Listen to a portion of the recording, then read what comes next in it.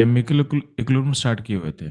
ठीक है, तो उसी के सीक्वेंस में हम लोग आगे प्रोसीड करने वाले हैं। तो लास्ट क्लास में जो भी हम लोग पढ़ाए थे उसको बस एक रिकैप करते रहे हैं और फिर हम लोग आगे मूव करेंगे। ठीक है,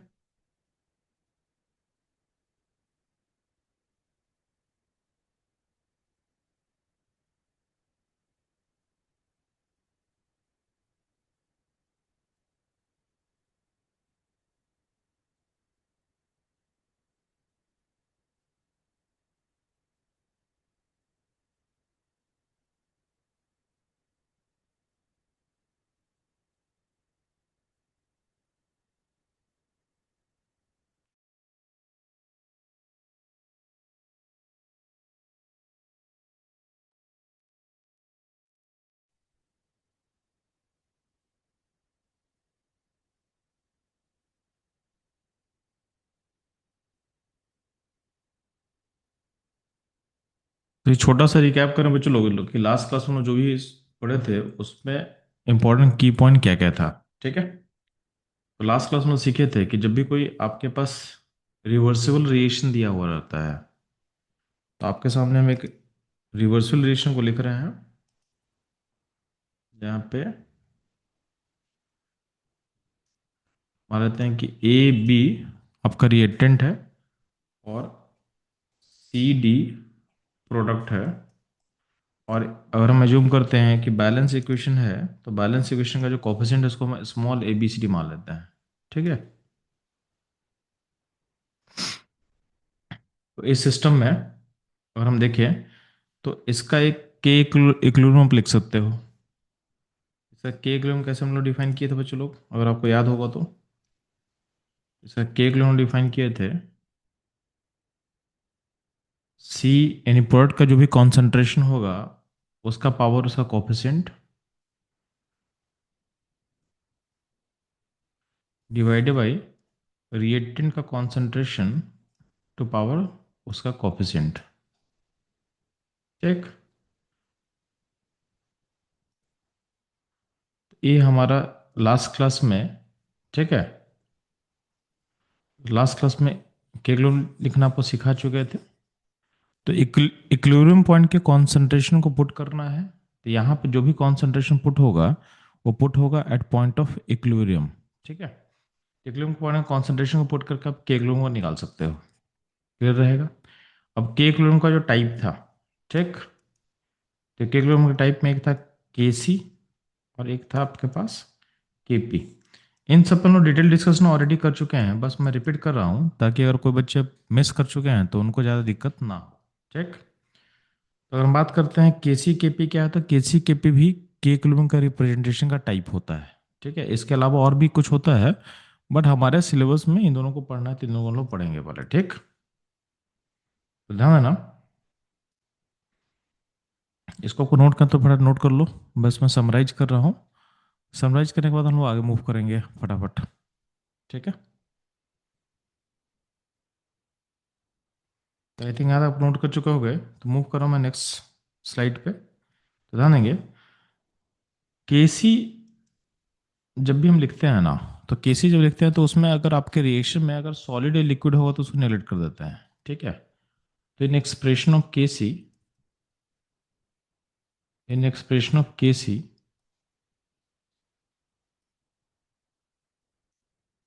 केसी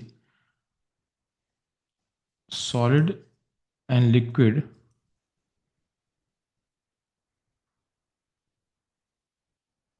component we, तो यहाँ पे टर्म दे देंगे वी डू नॉट कंसिडर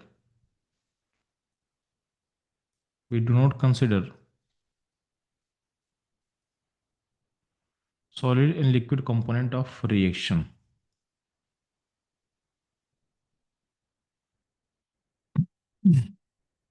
तो केसी के एक्सप्रेशन में क्या होता है, सॉलिड लिक्विड कंपोनेंट को हम लोग कंसिडर नहीं करते हैं। फॉर एग्जांपल आपके सामने हम रिएक्शन अगर ऐसा लिख रहे हैं कि मेरे पास 2A है लिक्विड स्टेट में और 3B है गैसियस स्टेट में, गिव्स 4C आपका एक्वस फेज है यहाँ पे, एंड 3D हमारा सॉलिड फेज है। ठीक है। तो एक रेशन का एग्जाम्पल ले रहे हैं, अगर हमको बोलेंगे इसके लिए हमको लिखना है केसी, तो केसी के एक्सप्रेशन में क्या मैंने आपको समझाया था बच्चों लोग, आपको फिर लिखना है किसको, आपको लिख लेना है गैस एंड एक्वस को, लिक्विड एंड सॉलिड को आपको करना है नेग्लेक्ट। ठीक है, उसको आपको एक्सप्रेशन में यूज नहीं करना है। ठीक, इसका मतलब यहाँ पे क्या होगा, तो वर्ड साइड में हम डी को नहीं लेंगे, इसको नहीं लेंगे, मतलब इसको एक्सप्रेशन में इंक्लूड नहीं करेंगे। इंक्लूड नहीं करने का लॉजिक भी अलग होता है, क्योंकि ऑलरेडी एक केसी के अंदर ऑलरेडी यूज हो चुका होता है। ठीक है, क्योंकि लिक्विड एंड सॉलिड का जो होता है कॉन्सेंट्रेशन क्या होता है, कॉन्सेंट होता है, तो ऑलरेडी कहीं ना कहीं ये आपका यूज हो चुका है। ठीक, तो इसमें ध्यान देंगे आप लोग। तो केसी के एक्सप्रेशन में क्या होगा, सी का पावर 4 डिवाइडेड बाई नीचे बी का पावर 3 लेंगे, यानी ए और डी के कॉन्सेंट्रेशन को एक्सप्रेशन में हम इंक्लूड नहीं करते हैं, क्योंकि कहीं ना कहीं ऑलरेडी इंक्लूडेड होता है। रीजन, क्योंकि ए इनका जो कॉन्सेंट्रेशन है सॉलिड लिक्विड का क्या होता है, कांस्टेंट होता है। तो इसको ऐसे ले सकते हो, concentration of pure solid and liquid is constant, वो चेंज नहीं करता है। ठीक, तो या बोल सकते हो, तो सिंपल सा जो फंडा है कि जब भी आपको इक्वेशन दिया रहेगा तो आपको गैस और एक्वस को ही केसी का देखना है, और बाकी को कंसिडर नहीं करना, बस इतना वो ध्यान सेट करना है। ठीक, तो आपके सामने एक और इक्वेशन हम लिख रहे हैं, मेरे पास अगर 2A गैस है, 3B एक्वस है, 4C लिक्विड है एंड 2D सॉलिड है, तो और हम यहाँ पे केसी लिखेंगे, तो ऊपर में जो पर्ट पे जो भी है सी और डी, ये सब का सब क्या है, लिक्विड एंड सॉलिड है, उसको को नेग्लेक्ट कर देना है। ठीक, क्या होगा, तो सी का पावर सी, तो सी का पावर सी हम लेंगे ही नहीं ना, सी हम लेंगे नहीं, क्योंकि सी क्या है, सी आपका लिक्विड है, डी आपका सॉलिड है, तो हम कहाँ से लेना स्टार्ट करेंगे, तो हम स्टार्ट करेंगे नीचे से बस, तो यानी ए का स्क्वायर एंड बी का क्यूब,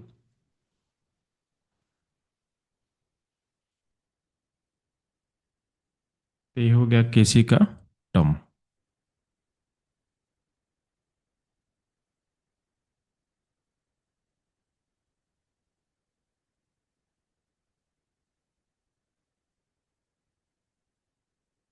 ठीक है,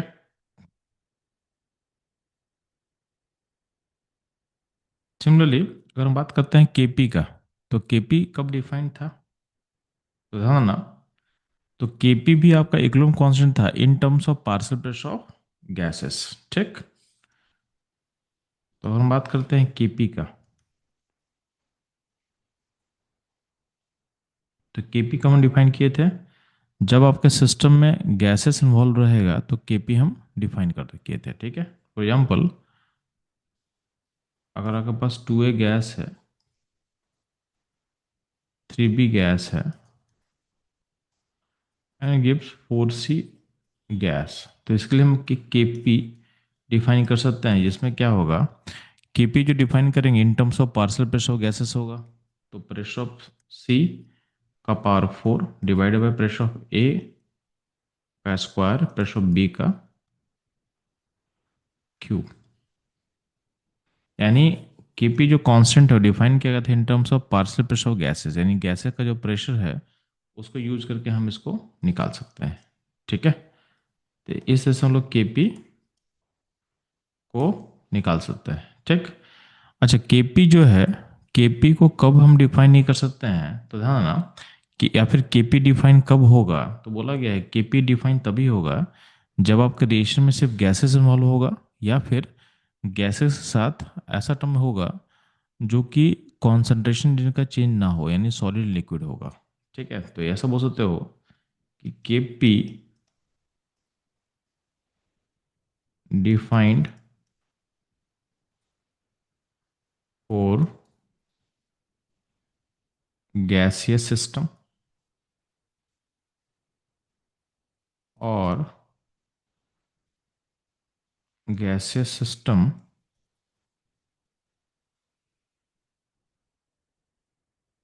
including liquid and solid, including liquid और सॉलिड और बोथ। ठीक है, तो केपी डिफाइन कब होता है चलो, या तो सिर्फ सिस्टम गैसेस होगा, या तो गैसेस साथ क्या होगा आपका लिक्विड सॉलिड हो सकता है, या तो दोनों हो सकता है। तो इन केस में हम लोग केपी डिफाइन कर सकते हैं। फॉर एग्जाम्पल, इसको नोट कर लेंगे फास्ट में चलो। ये सारा लास्ट क्लास को समराइज कर रहे हैं हम लोग, लास्ट का जो भी हम लोग पढ़े थे उसको बस समराइज कर दे रहे हैं आपके लिए।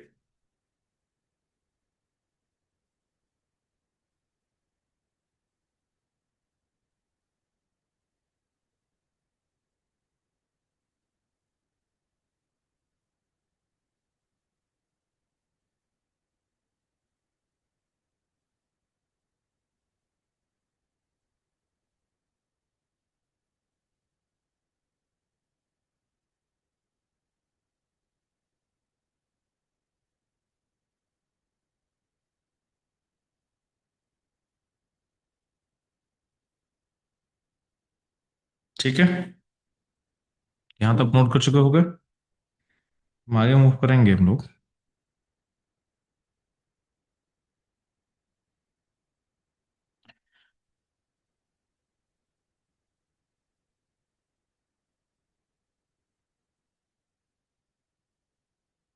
तो KP define only for gases system और gases system including liquid solid और बाथ।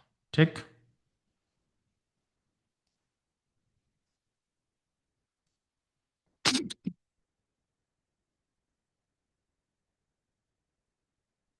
ठीक है।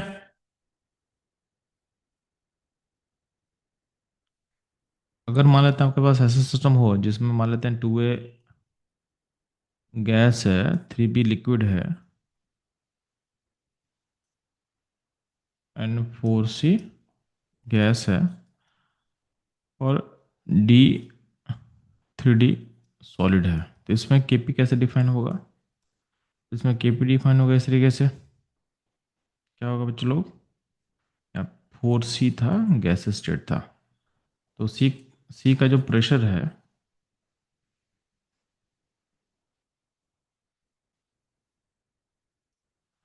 तो सी का प्रेशर का power 4 and pressure of A का स्क्वायर, इसमें लिक्विड एंड सॉलिड को हम कर देंगे नेग्लेक्ट। ठीक, तो ये हो गया इन टर्म्स ऑफ प्रेशर। अच्छा, इसी क्वेश्चन को हम केसी डिफाइन कैसे करेंगे? तो केसी लिखना होगा तो हम लिख सकते हैं कॉन्सेंट्रेशन ऑफ सी का power 4 and concentration of A का स्क्वायर। यहाँ पे जो भी वैल्यू पुट करेंगे हम पुट करते हैं एट पॉइंट ऑफ इक्विलिब्रियम का वैल्यू पुट करते हैं, चाहे प्रेशर हो चाहे कॉन्सेंट्रेशन हो। तो ये होगा केपी केसी। अच्छा, ध्यान देना, आपको केपी केसी का रिलेशन भी समझाए थे हम। तो केपी केसी का रिलेशन क्या होता है? तो के पी इक्वल टू क्या होता है, के सी आर टी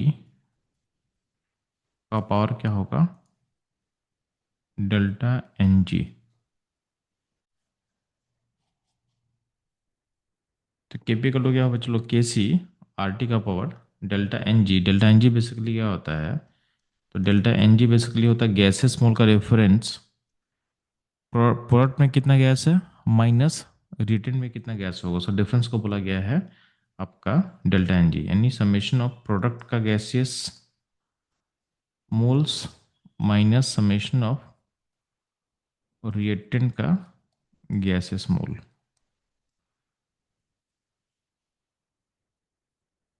इसको बोला गया है डेल्टा एन जी। ठीक, इसको नोट कर लेंगे फास्ट पे चलो।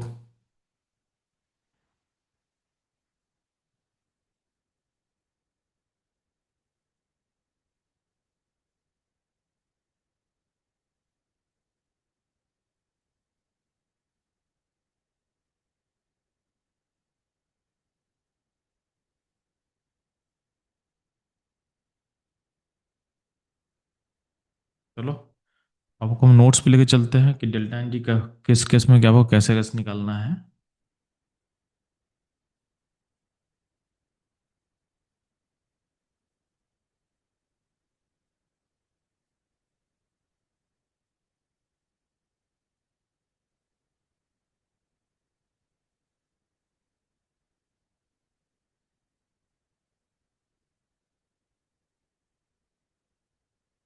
हाँ, तो बच्चों इस पीडीएफ फाइल में आप चेक करेंगे एक बार।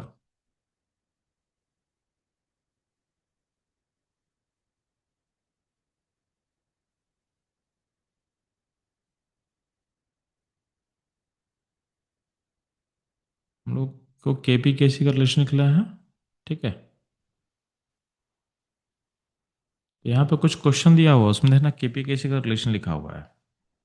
तो आपको मैं समझाता हूँ, सब नोट करेंगे फास्ट। कैसे है देखना कि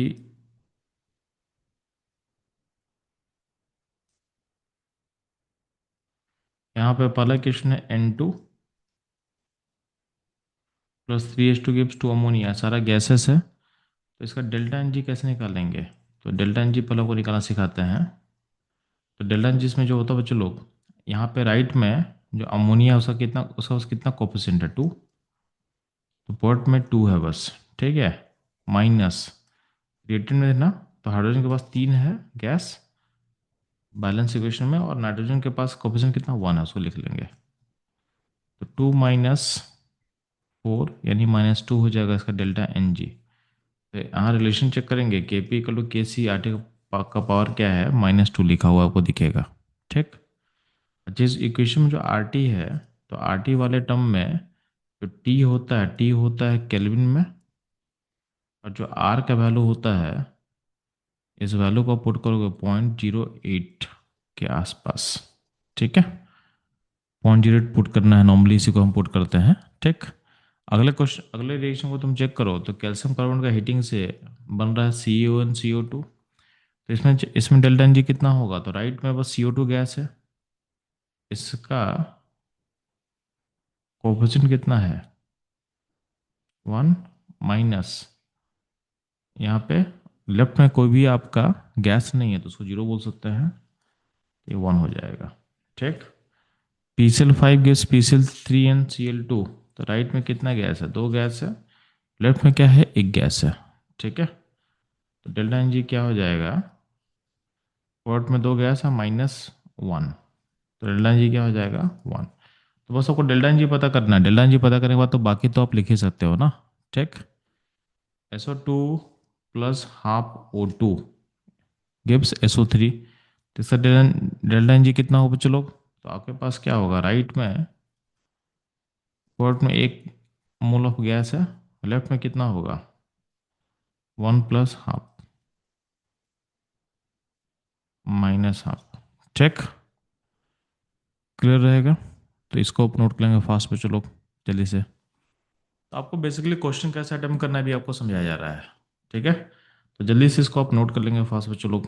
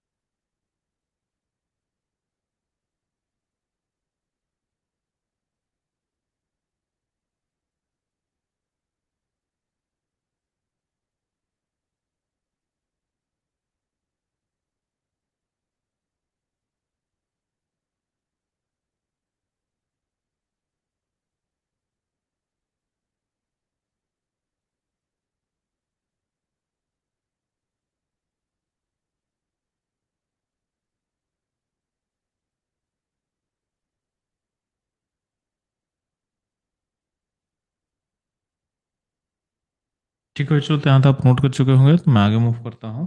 ठीक है, तो ये तो था आपका केपी केसी कैसे लिखते हैं।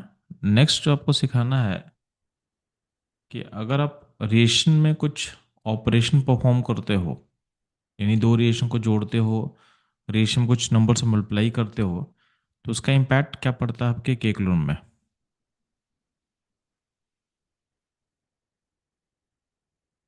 ठीक है, तो operation and its impact on केकुलम, तो बहुत सिंपल सा चीज़ है, पहले भी मैं बता चुका हूँ, बस मैं रिपीट कर रहा हूँ। अगर मान लेते हैं कि आपके पास एक इक्वेशन दिया हुआ है ए गिव्स बी, उसका केकुलम के लिखा हुआ है, जो बेसिकली बी का कॉन्सेंट्रेशन बाई ए का कॉन्सेंट्रेशन है। किसी नंबर अगर हम एन से मल्टीप्लाई करेंगे, ठीक है, तो उस केस में जो इक्विलिब्रियम कांस्टेंट नया बनेगा ना, तो इस इक्वेशन का इक्विलिब्रियम कांस्टेंट को अगर हम के1 बोल दे रहे हैं, तो के1 क्या होगा, बी का पावर एन, एन और ए का पावर एन होगा। इसको तुम ऐसा लिख सकते हो बी बाई ए का होल का पावर एन, यानी, और ये रेशियो क्या है, रेशियो के है, यानी पुराना कांस्टेंट है। तो बोला गया है, किसी इक्वेशन को अगर आप किसी नंबर एन से मल्टीप्लाई करते हो, तो जो नया कांस्टेंट बनता है वो क्या हो जाएगा, पुराने कांस्टेंट का पावर एन हो जाएगा। यानी रेशियो में अगर आप एन से मल्टीप्लाई करते हो, तो नए रेशियो का जो कांस्टेंट होगा, पुराने रेशियो के कांस्टेंट के पावर सेम नंबर हो जाएगा जिस नंबर से आप मल्टीप्लाई किए हो। ठीक, अगर रेशियो को आप रिवर्स करते हो, जैसे ए से बी का के है, तो अगर हम बी से ए का लिखना चाहते हैं, तो उस केस में जो उसका जो कांस्टेंट होगा, उसको ए बाई बी लिख सकते हैं, यानी उसको हम लिख सकते हैं 1/b/a, जो कि होता है 1/k। यानी अगर रेशियो को हम रिवर्स करेंगे, तो जो इक्विलिब्रियम कांस्टेंट होता है रेशियो का, क्या होता है, वो रिवर्स कर जाता है। क्या होता है बच्चों लोग, वो रिवर्स कर जाता है, यानी उसका रेसिप्रोकल हो जाएगा। ठीक, ठीक है,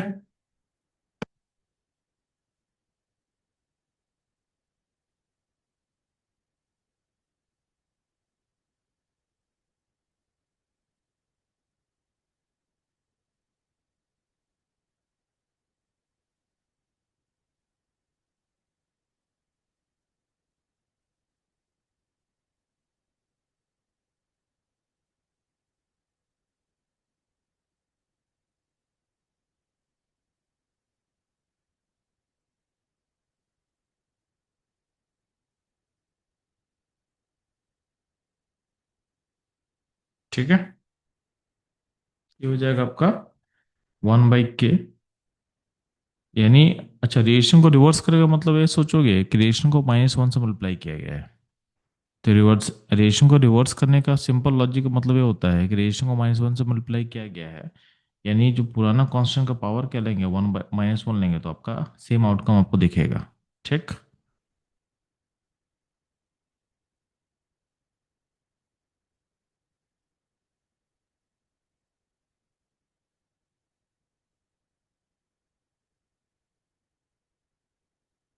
एक सेकेंड,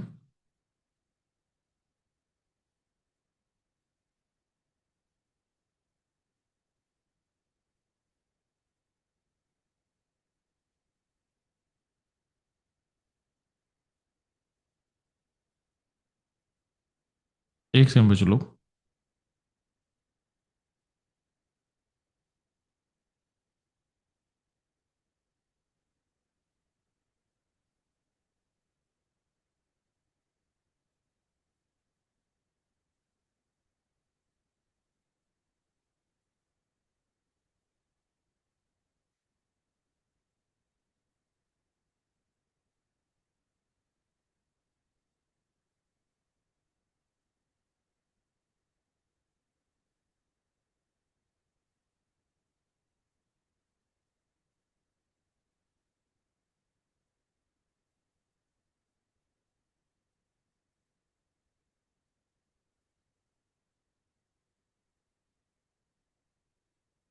ठीक है, यहाँ तो कोई दिक्कत नहीं है।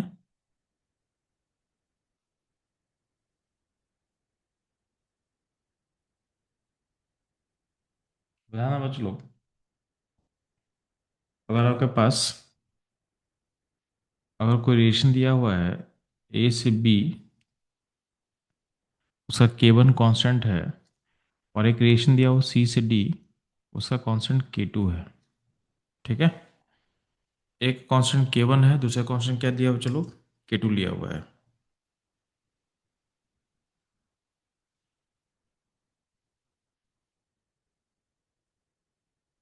ठीक,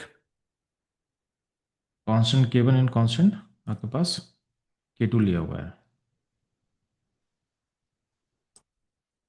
तो अगर हम बोलेंगे कि हम एक नया रिलेशन बना रहे हैं जिसमें हम 2a plus 3c gives 2b plus 3d, इस इक्वेशन को हम क्रिएट कर रहे हैं चाहते हैं, तो इस क्रिएशन का कांस्टेंट यानी इक्विलिब्रियम कांस्टेंट को कैसे रिप्रेजेंट करेंगे in terms of K1 and K2। ध्यान ना, ये जो रिएक्शन है, रिएक्शन रिएक्शन आउटकम आया कैसे, जब रिएक्शन 1 को आप 2 से मल्टीप्लाई करोगे और रिएक्शन 2 को आप 3 से मल्टीप्लाई करोगे, उस केस में ये आपको रिएक्शन का आउटकम मिल जाएगा।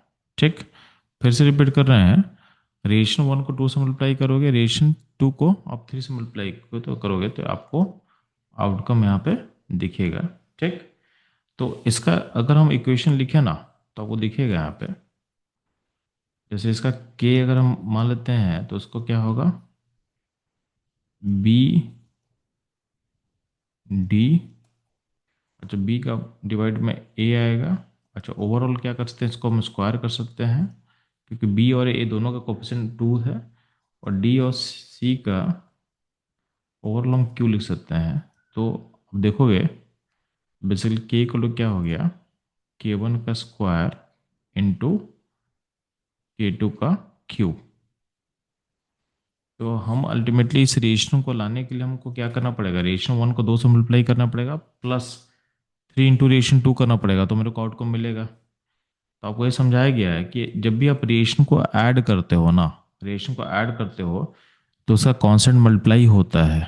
ठीक, तो दो रेशियो को ऐड करोगे तो उनका जो इक्विलिब्रियम कांस्टेंट होगा वो क्या होगा, मल्टीप्लाई होता है। क्या होता है बच्चों लोग, मल्टीप्लाई होता है।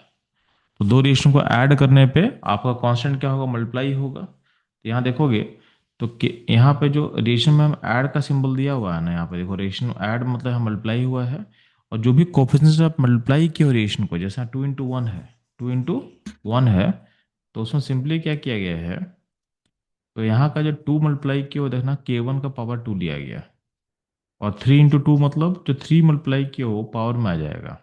ठीक है, तो आपके रेशियो के मतलब कांस्टेंट के पावर में चला गया है। तो जो भी नंबर से आप रेशियो को मल्टीप्लाई करोगे वो उसके कांस्टेंट के पावर में चला जाएगा। और रेशियो को अगर आप दो रेशियो को ऐड कर रहे हो तो उनका कांस्टेंट में क्या हो, मल्टीप्लाई का सिंबल आ जाएगा। और अगर आप रेशियो को क्या कर रहे हो, सब्ट्रैक्ट करोगे तो डिवाइड में आ जाता है। नीचे ध्यान देना, यहाँ पे ए बी एक रिएक्शन है, उसका कांस्टेंट K1 है, और यहाँ पे सी डी एक रिएक्शन है, कांस्टेंट K2 है। अब बोला दोनों को जोड़ रहे हैं, दोनों जोड़ेंगे तो क्या होगा आउटकम, तो ए सी गिव्स बी डी आएगा। तो इसका जो इस रिएक्शन का जो कांस्टेंट के लिखोगे वो ऐसा होगा, इसको दो पार्ट में डिवाइड कर दो, ये क्या हो जाएगा, K1 इंटू K2। तो रेशियो को जोड़ने का मतलब जो जो प्लस सिंबल है वो मल्टीप्लाई में चेंज हो जाता है। और यहाँ पर चूंकि आप किसी भी कोफिशिएंट से मल्टीप्लाई नहीं किए रेशियो को, तो यहाँ कुछ नहीं लिखेंगे। बट अगर हम यहाँ पर कुछ ना कुछ कोफिशिएंट से मल्टीप्लाई करते हैं अगर, तो कांस्टेंट के पावर में आता, वो कांस्टेंट के पावर में आता। ठीक, तो यहाँ पर सिंपली हम दो रेशियो को ऐड किए तो उनका कांस्टेंट आपस में क्या होगा, मल्टीप्लाई हो जाएगा। ठीक, ठीक है, इस नोट के लिए चलो यहाँ तक मैं फास्ट।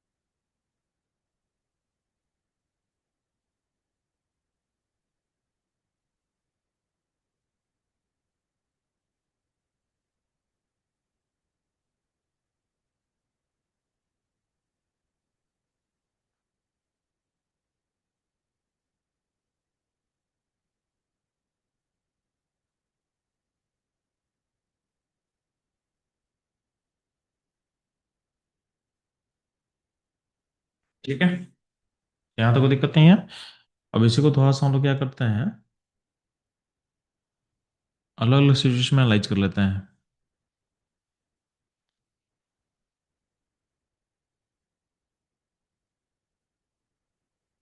तो यहाँ पे ध्यान देना, इसको आप ध्यान से समझो। ये अगर ध्यान से समझ लिए तो तुम्हारा काम बहुत आसान हो जाएगा। तो बोला गया है कि अगर रिएक्शन को अगर हम ऐड करेंगे तो उसका कांस्टेंट क्या होता है, मल्टीप्लाई होता है। तो एडिशन का सिंबल को मल्टीप्लिकेशन में चेंज करना है विथ रिस्पेक्ट टू कांस्टेंट। तो अगर आप रिएक्शन को ऐड करते हो तो उसका इक्विलिब्रियम कांस्टेंट क्या होगा, मल्टीप्लाई डालना है। और माइनस साइन अगर रहेगा रिएक्शंस में तो कांस्टेंट में क्या होता है, डिवीजन डिवीजन यूज करते हैं हम लोग। ठीक, जैसे मान लेते हैं तीन रिएक्शन दिया हुआ है, reaction one, reaction two, reaction three.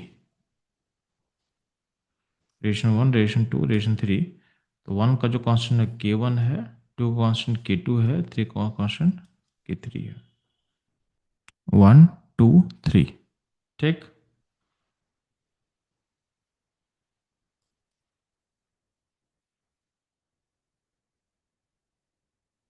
ठीक है। तो अगर हम तीनों रिएक्शन को ऐड करते हैं तो मान लेते हैं कि तीनों को कंबाइन करेंगे। तीनों रिएक्शन को जोड़ने के बाद जो नया रिएक्शन बनेगा उसका कांस्टेंट क्या होगा, उसका जो कांस्टेंट के होगा वो तीनों रिएक्शन के कांस्टेंट का मल्टीप्लिकेशन का इक्वल होगा। ठीक, अगर हम ऐसा करते हैं कि reaction one plus reaction two को दो से मल्टीप्लाई करते हैं plus three into reaction three, इसका कांस्टेंट क्या होगा, K one into K two into K three. ठीक है, तो प्लस मतलब मल्टीप्लाई करना, जिस नंबर से आप मल्टीप्लाई किए हो वो दो का पावर ले लेगा, और यहाँ पे तीन, तीन का पावर ले लेगा।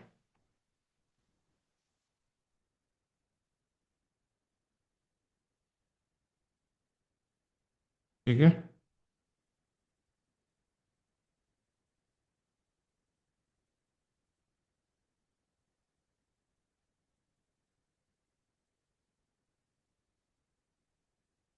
अगर आपके पास ऐसा हो तो रिएक्शन ध्यान देना, अगर इन तीनों को आप इस तरह से सोचे हो कि यहाँ पे two into one minus three into two plus four into three, इसका यानी इन रिएक्शन का जो कॉम्बिनेशन इस तरीके से बिल्ड होगा, उसका कांस्टेंट को आप कैसे रिप्रेजेंट करोगे। तो टू इंटू वन मतलब क्या होगा, के वन का स्क्वायर, माइनस का मतलब डिवाइड, तो डिवाइडेड बाई के टू, और के टू का तीन है तो क्या, के टू का पावर थ्री हो जाएगा, इंटू के थ्री का पावर फोर। तो के वन का स्क्वायर, के टू का क्यू, इंटू के थ्री का पावर फोर। ठीक,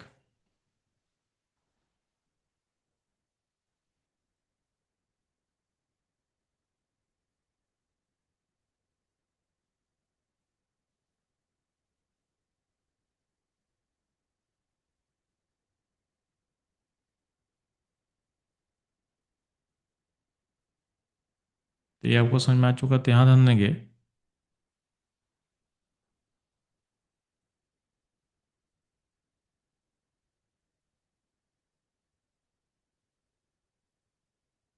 यहाँ पे कुछ क्वेश्चन दिया, उस क्वेश्चन को पहले सॉल्व कर लो, देख लो एक बार।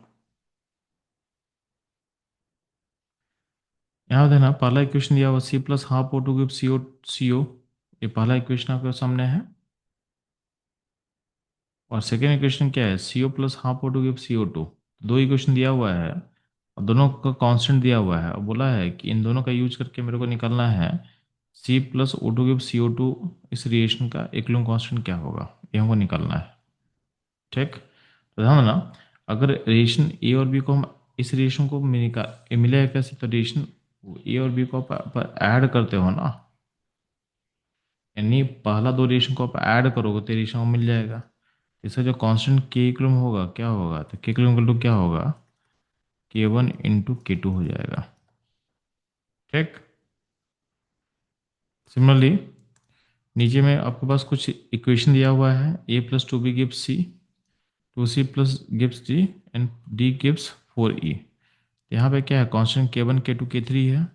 ठीक, और यहाँ पे वन टू थ्री लिखा हुआ है। रेशियो 1:3। बोला है कि इन तीनों को यूज करके आपको निकालना है 2a+4b गिव्स 4e, इस इक्वेशन का कांस्टेंट को निकालना है आपको। ठीक, क्वेश्चन क्लियर है? तो आप थोड़ा सा ट्राई करो फास्ट।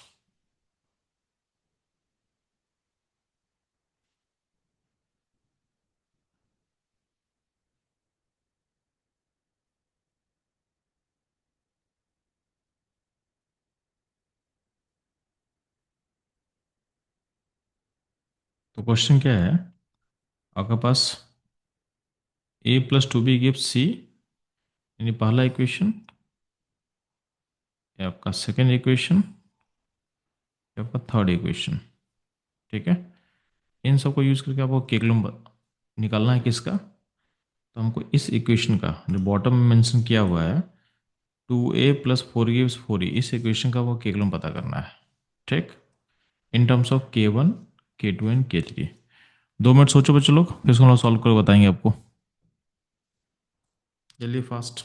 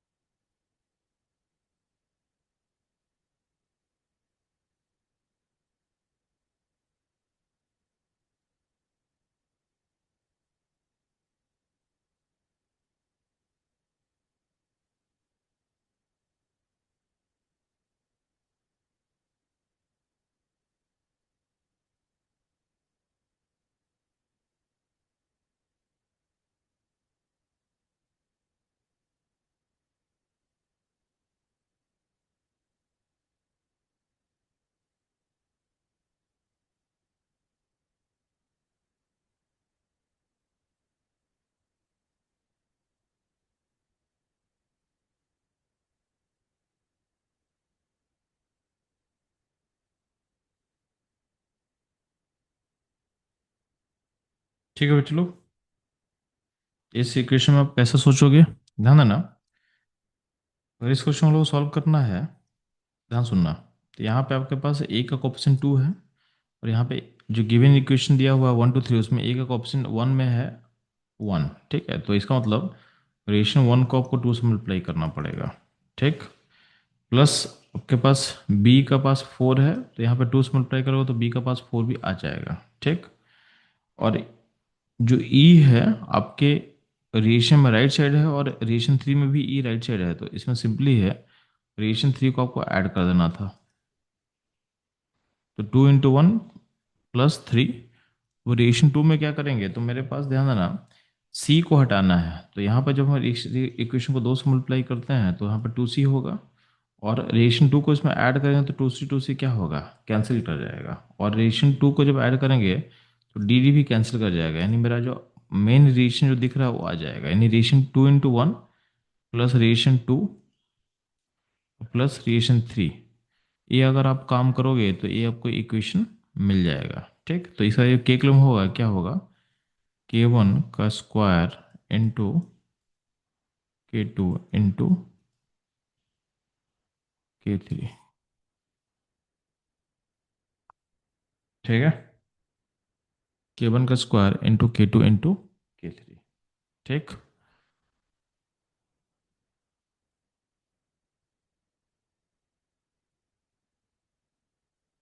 तो ये होता है आपका केकलम। ठीक, ठीक है, तो इसको नोट कर लेना है। नेक्स्ट मूव करते हैं अगले क्वेश्चन पे।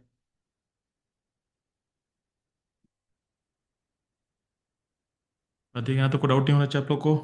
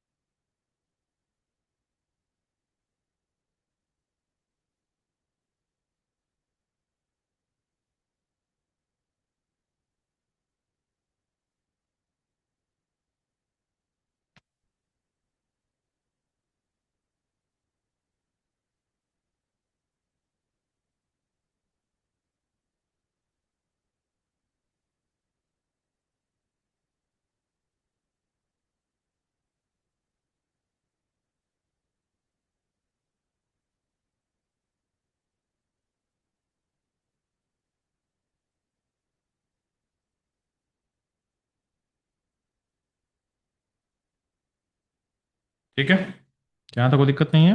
चलो।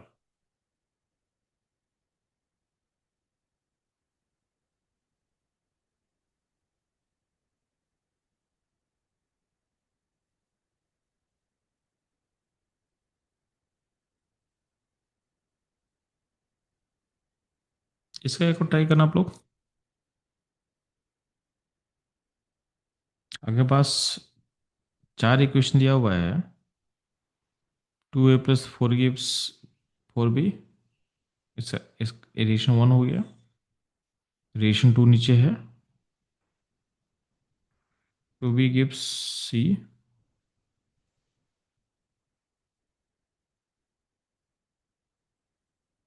4d gives c+2e। और f गिव्स 2e। तो k1 k2 k3 k4 आपको इक्वेशन दिख रहा होगा। ठीक।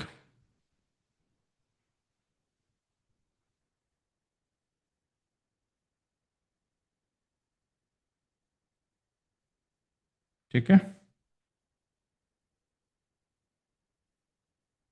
अब इन चारों का यूज करके आपको बताना है कि इस इक्वेशन का केकुलम क्या होगा।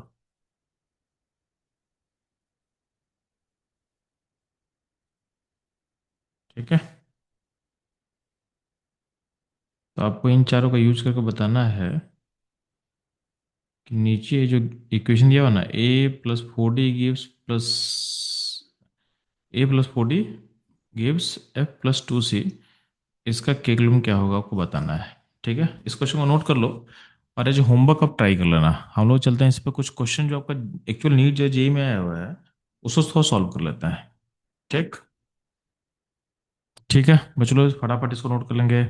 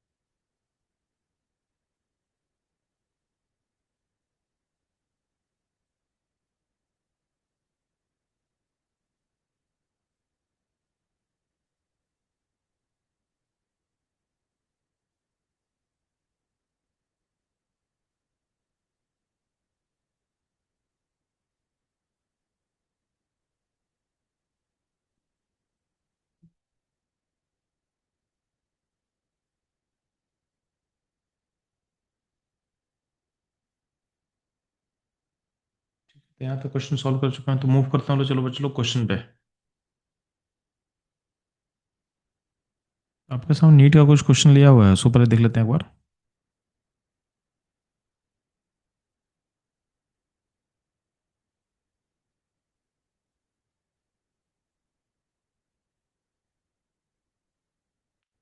तो ध्यान रखो बच्चों लोग, क्वेश्चन नंबर 3 और 4 एक बार सॉल्व कर लेंगे। और चलो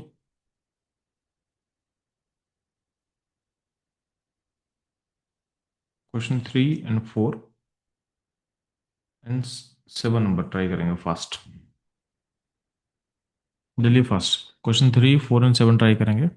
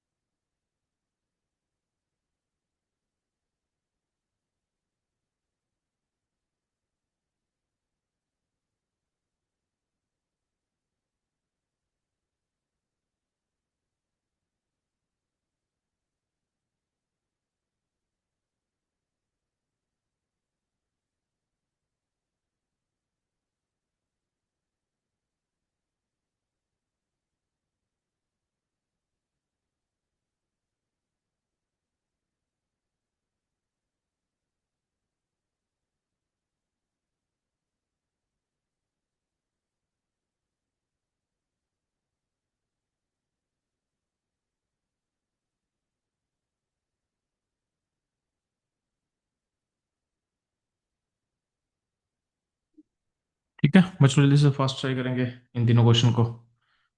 3, 4 एंड 7 नंबर को ट्राई करेंगे, और ये ट्राई कर लेंगे तो क्वेश्चन नंबर 8 भी आप बनाएंगे। तो 3, 4, 7 एंड 8 को ट्राई करना फास्ट। 2 मिनट का टाइम दे रहे हैं, उसके बाद फिर मैं सॉल्व करूंगा। जल्दी से सॉल्व करेंगे फास्ट बच्चों लोग।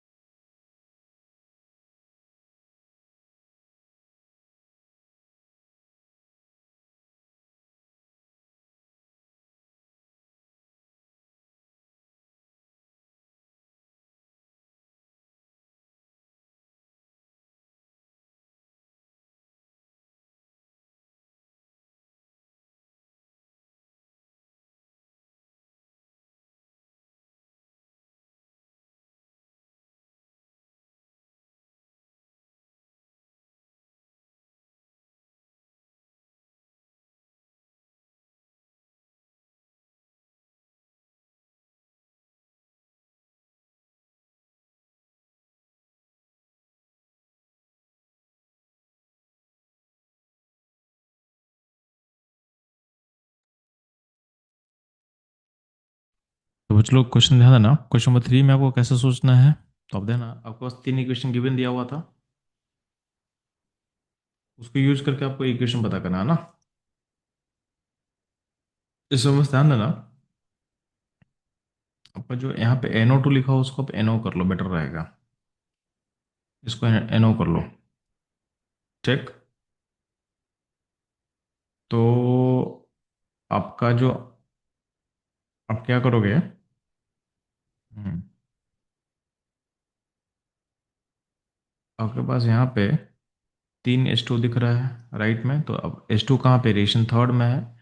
इसको आपको 3 से मल्टीप्लाई करना पड़ेगा, यानी रेशन थर्ड को 3 से मल्टीप्लाई करके ऐड में ही कर रखना है। और 2 अमोनिया है, तो यानी रेशन 1 को रिवर्स करना है, तो -1 करना पड़ेगा। -1 +3, 2 में अगर हम बात करेंगे तो N2 चूंकि है नहीं, तो रेशन 2 को सिंपली आप क्या करोगे, ऐड कर दोगे। तो इसको बेसिकली -1 +2 +3 इंटू 3। ठीक। तो आप एक काम कर सकते हो,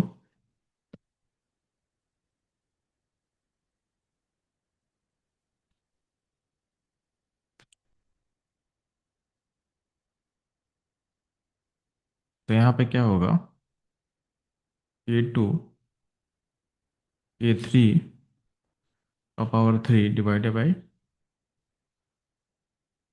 A1। ठीक है। तो आपका अब वैल्यू ये हमारा उसी के से मैच करने वाला है। K2 K/3/K1, यानी ऑप्शन ए से हमारा मैच कर जाएगा आंसर। अगर आप डेरिवेशन क्वेश्चन 4 को देखोगे, तो वहाँ पे इस इक्वेशन का के दिया हुआ है, आपको बोला गया हाफ, अगर half N2 half O2 plus NO को पता करना है, यानी इस इक्वेशन को अगर आप हाफ से मल्टीप्लाई करते हो तो मिल जाएगा। तो हाफ से मल्टीप्लाई करने पे क्या होगा, सेम चीज पावर में आएगा। इस रिएक्शन का जो के होगा, पुराने वाले के का, इसको के डैश बोल दे रहे हैं, तो पुराने के का पावर क्या होगा, हाफ होगा।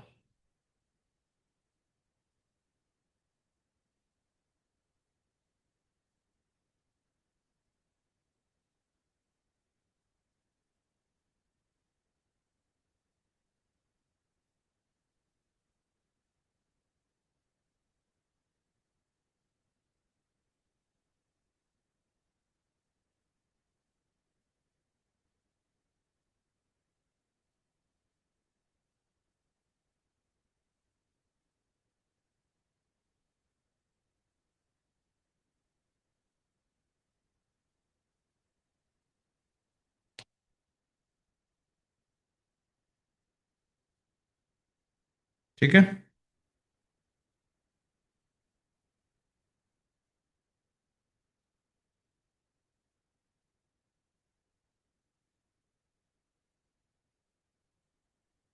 नेक्स्ट है ना, अब क्वेश्चन नंबर 7 आप ट्राई करना, क्वेश्चन 8 को ट्राई करो।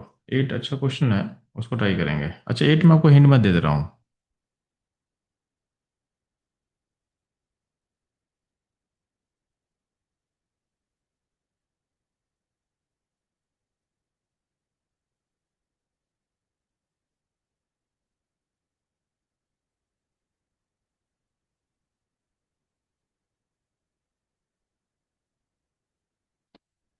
8 में क्या बोला गया, डिस्ट्रीब्यूशन कांस्टेंट दिया हुआ है HCN का और एसिड का। ठीक है। उसका यूज करके आपको एक इक्वेशन दिया हुआ, उसका आपको क्या पता करना है, यानी इस इक्वेशन को पता करना है आपको। ठीक। इसको तो मैं लिख लेता हूँ, अब ध्यान देना।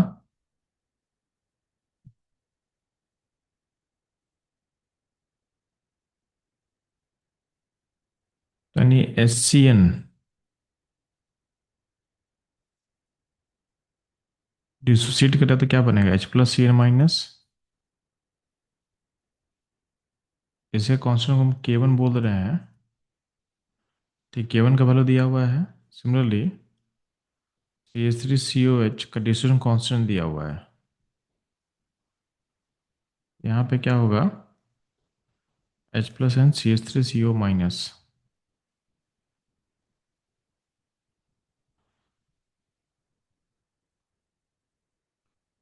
इसका K2 दिया हुआ है। ठीक, अब इनका यूज करके आपको निकालना है, क्या बता रहे हैं आपको।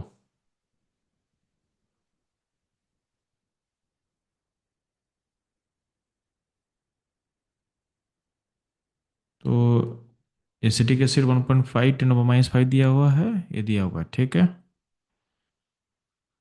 हम्म। तो चलो,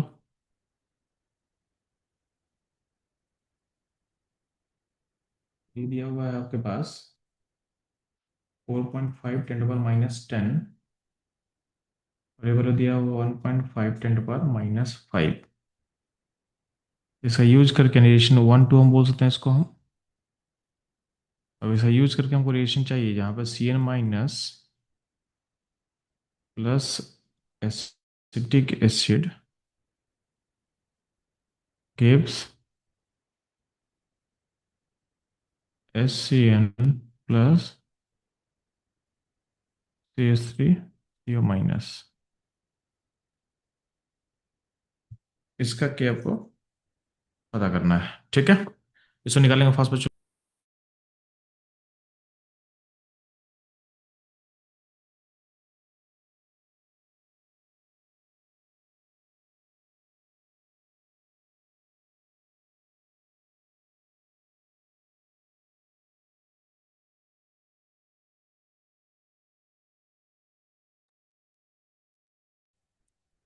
ठीक है, चलो इस क्वेश्चन को सॉल्व करेंगे फास्ट। आसान क्वेश्चन अब है, अब दिमाग लगाओ, उस क्वेश्चन को सॉल्व करो आप।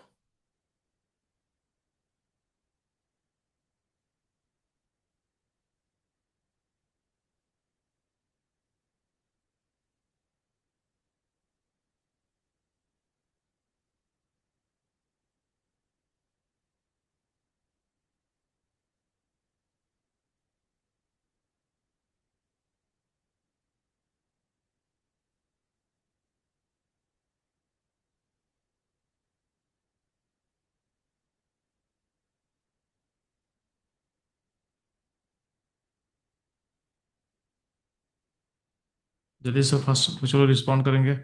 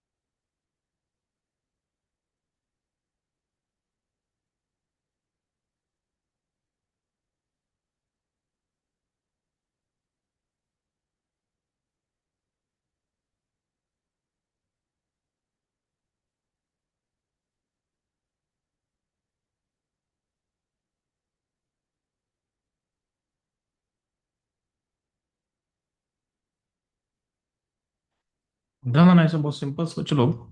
ठीक है, तो इसमें इसको सिंपली क्या करना है, आपके पास रिएक्शन 1 है, रिएक्शन 2 है।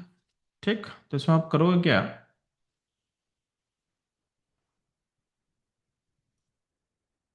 तो ध्यान देंगे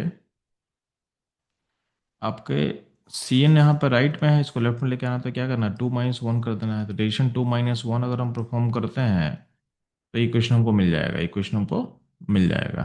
ठीक, तो आप 2 - 1 जब करोगे तो कैसे होगा, तो कांस्टेंट में क्या होगा, तो कांस्टेंट क्या होगा, K2/K1 हो जाएगा। तो K2 का वैल्यू यहाँ दिख रहा है आपको, और यहाँ K1 का वैल्यू दिख रहा है, तो इसका वैल्यू कैसे हो जाएगा, K2 को पुट करते हैं, K1 को पुट करते हैं,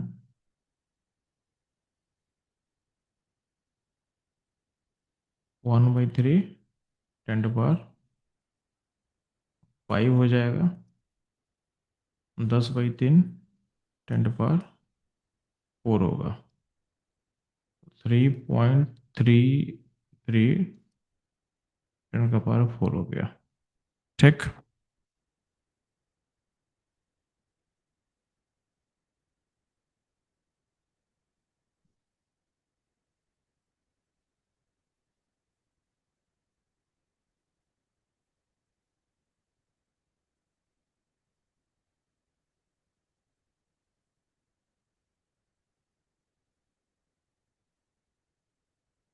तो इसको आप ऐसे लिख सकते हो, तो ये वैल्यू को अगर हम ऑप्शन में मैच करके चेक करें बच्चों लोग, तो देखो एक बार आंसर क्या होगा।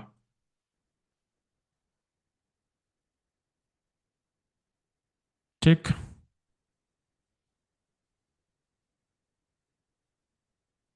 तो नियरली आंसर हमारा जो होगा, एक बार चेक करने दो।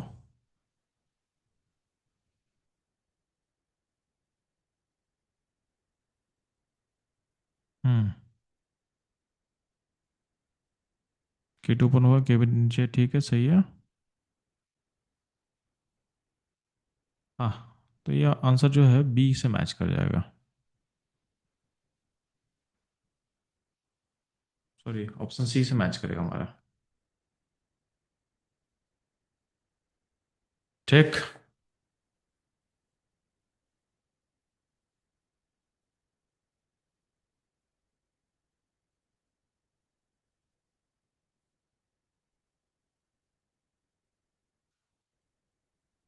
ठीक है।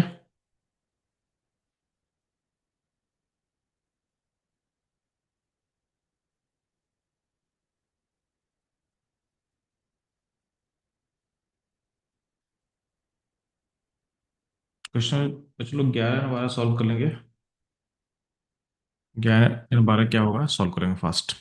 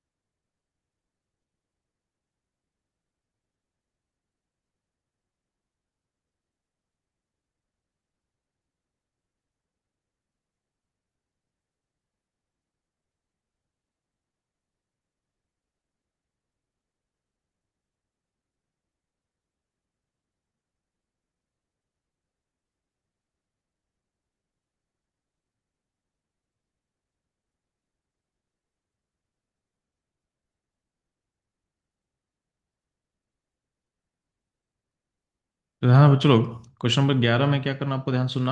आपके सामने दिया हुआ रिएक्शन दिया हुआ है, ठीक। तो HCF6 प्लस H2 गिव्स ए इक्वेशन दिया हुआ है और ए भी इक्वेशन दिया हुआ है। ये इक्वेशन कैसे मिलेगा? अगर आप रेशन वन इसको मान लेते हैं, इसको टू मान लेते हैं, इन दोनों को यूज करके रेशन आपको चाहिए, तो कैसे मिलने वाला है? तो यहाँ पे 2HF है, 2HF यहाँ पे दिया हुआ है, यानी इसलिए आप क्या करोगे,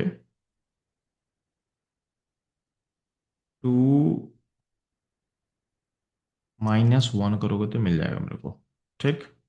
और 2-1 का मतलब इसका जो कांस्टेंट होगा, सो के बोल देंगे तो क्या होगा, K2/K1 के इक्वल होगा।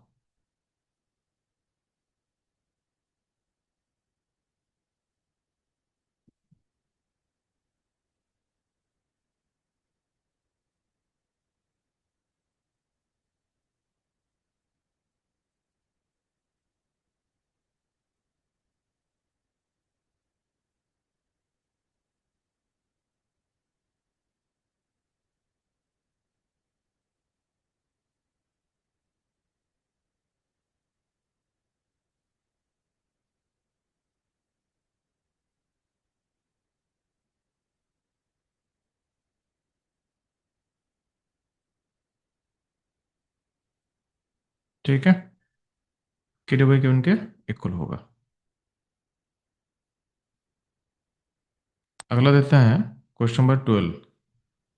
12 में क्या होगा, देख लो, constant for the reaction N2+3H2 gives 2 ammonia, इसका क्या है, तो आपको इस इक्वेशन का पूछा गया, तो इक्वेशन कैसे मिलेगा, रेशन इसको रिवर्स करके, माइनस करके बस।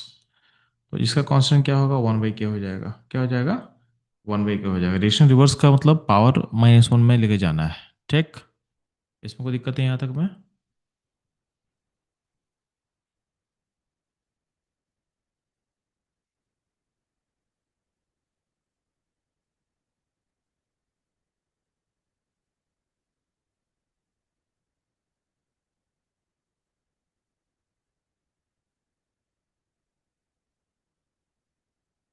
क्वेश्चन नंबर 15, एक बार 15 ट्राई करना चलो, क्वेश्चन 15 को ट्राई करेंगे फास्ट। क्वेश्चन 15 ट्राई करना चलो फास्ट।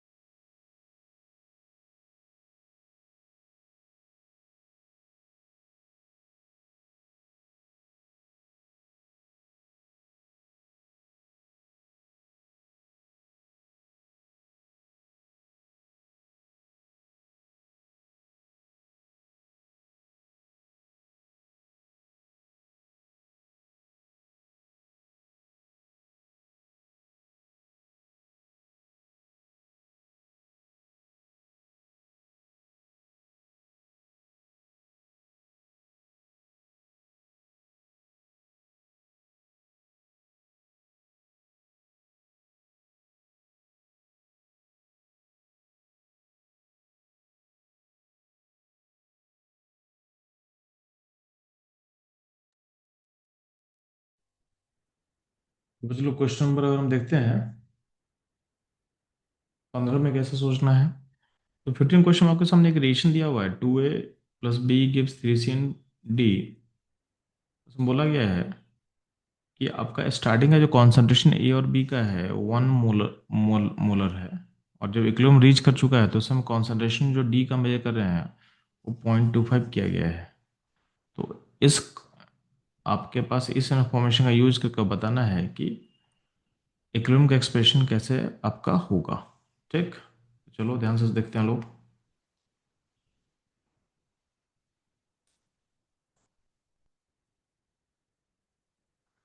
तो अगर सॉल्यूशन क्या दिया, a + 2b gives 3c + d, और जब टाइम स्टार्ट हुआ था, टाइम जीरो था, उसमें इन दोनों का 1 1 कॉन्सेंट्रेशन दिया हुआ था। जब टाइम इक्विलिब्रियम रीच कर चुका था उस टाइम में इसका अमाउंट पता नहीं, बट ए d 0.25 दिया हुआ है। d 0.25 है, तो अगर बैलेंस इक्वेशन को देखोगे तो d 0.25 इसका मतलब c 0.75 बनेगा। ठीक, और अगर d 0.25 है तो a 0.25 कंज्यूम होगा तो a का वैल्यू कितना होगा, a 1 - 0.25 होगा, और b क्या होगा, 1 - 0.5 होगा। इस वैल्यू को अगर हम दोबारा लिखते क्या होगा, ए होगा 0.75, बी होगा 0.5, सी होगा 0.75, डी होगा 0.25। तो इस इक्वेशन का जो के किलो होगा, ए सी का कॉन्सेंट्रेशन का पावर 3 होगा इंटू डी डिवाइडेड बाई क्या होगा, ए एंड बी का स्क्वायर। तो सी क्या हो गया, सी का 0.75 पावर 3, डी क्या हो गया 0.25 डिवाइडेड बाई ए क्या हो गया 0.75, एंड बी क्या हो गया, बी हो गया 0.5। ठीक, 0.75। तो अब इसको मैच करते हैं अगर हम इक्वेशन से, देख लेते हैं एक बार आई थिंक ऑप्शंस को।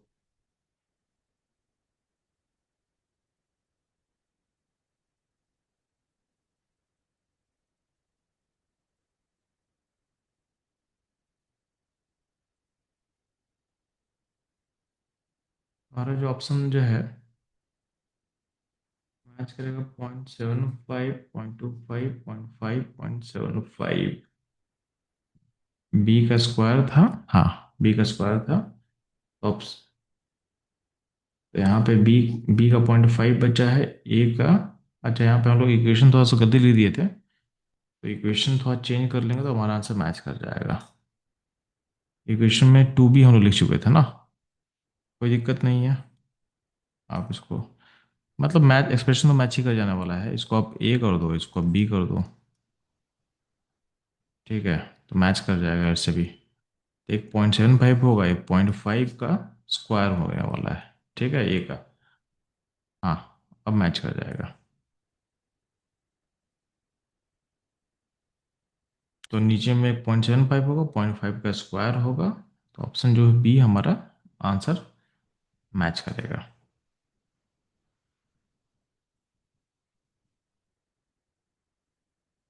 ठीक।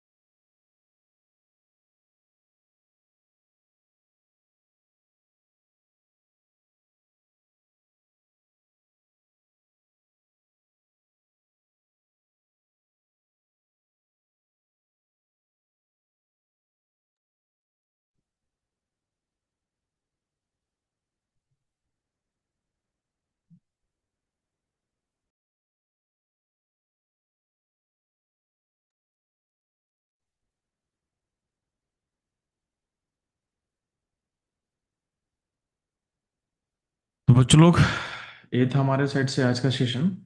ठीक है, तो हम लोग इक्विलिब्रियम कांस्टेंट और इसका जो इम्प्लीकेशन पड़ेगा अगर इक्वेशन को आप ऐड या सब्ट्रैक्ट करोगे उसको हम लोग कवर कर चुके हैं। ठीक है, बाकी हम लोग नेक्स्ट क्लास में इक्विलिब्रियम के एक्सप्रेशन में अगर वेरिएबल आते हैं तो उसको कैसे सॉल्व करना होता है इसको हम लोग सीखने वाले हैं। ठीक है, तो बच्चों लोग मेरे दिन से मैं सेशन को एंड करूंगा। ठीक है, थैंक्स फॉर द ज्वाइनिंग।